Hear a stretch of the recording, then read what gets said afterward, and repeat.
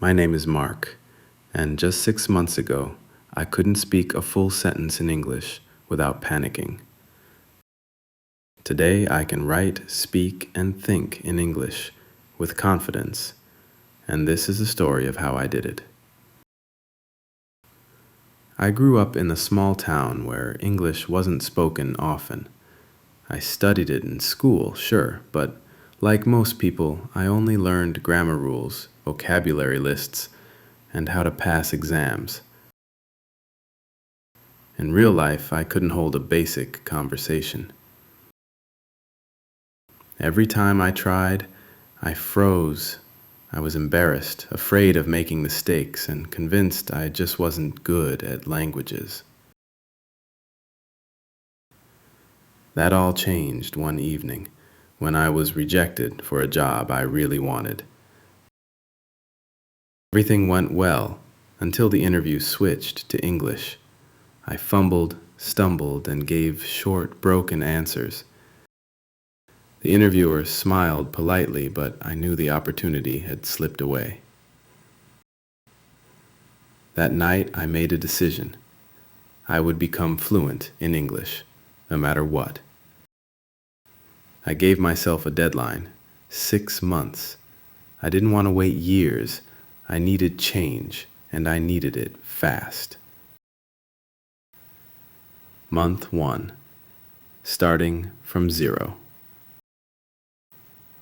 I began by creating a daily routine. I committed to studying English for at least 2 hours every day. I divided it into listening, speaking, reading, and writing, 30 minutes each. To build a strong foundation, I started watching beginner English YouTube videos and listening to basic English podcasts. I changed the language on my phone and laptop to English. It was confusing at first, but it forced me to learn.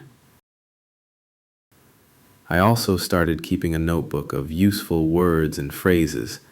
Every day I added 10 new words and tried to use them in sentences. Month 2. Total immersion. By month 2, I was ready for immersion. I stopped consuming content in my native language. No more local shows or songs. Everything was in English. I picked a show called Friends and started watching it every day with English subtitles. I repeated sentences, mimicked their accents, and even spoke along with the characters. I also discovered the shadowing method, listening to English audio and repeating it immediately.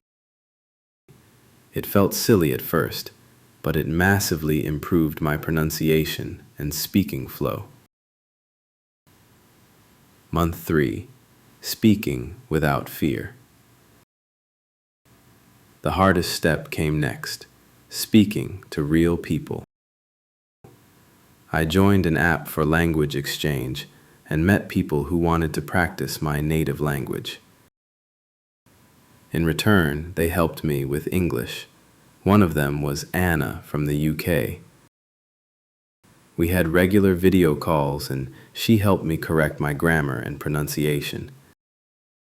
At first, I made many mistakes. I felt awkward, but every time I finished a conversation, I felt a little stronger. I also began journaling in English every night. Even a few sentences helped me express thoughts in a new way. Month 4. Leveling up. By month 4, I started reading English books. Simple ones at first. I chose The Alchemist by Paulo Coelho and underlined new words as I read. I created flashcards for vocabulary and reviewed them every morning. I also practiced writing small essays and asked my English-speaking friends to review them. My confidence was growing. I could now talk for 15-20 minutes without switching to my native language. I still made mistakes, but I no longer feared them. Month 5. Real conversations, real progress.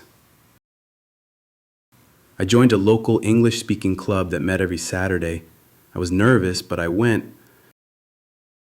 That first day, I had my first real-life conversation in English with a stranger. We talked about food, travel, and family. I realized something important. No one cared if I wasn't perfect. People just appreciated the effort. I also started thinking in English. It was hard, but I made it a habit, narrating my day in my head like, now I'm making coffee, I have a meeting at 2 p.m.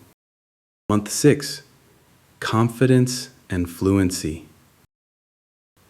By the final month, I felt transformed. I gave a 10-minute talk at the club about my English journey. Everyone clapped. Some even asked for tips. English was no longer just a subject. It was part of my daily life.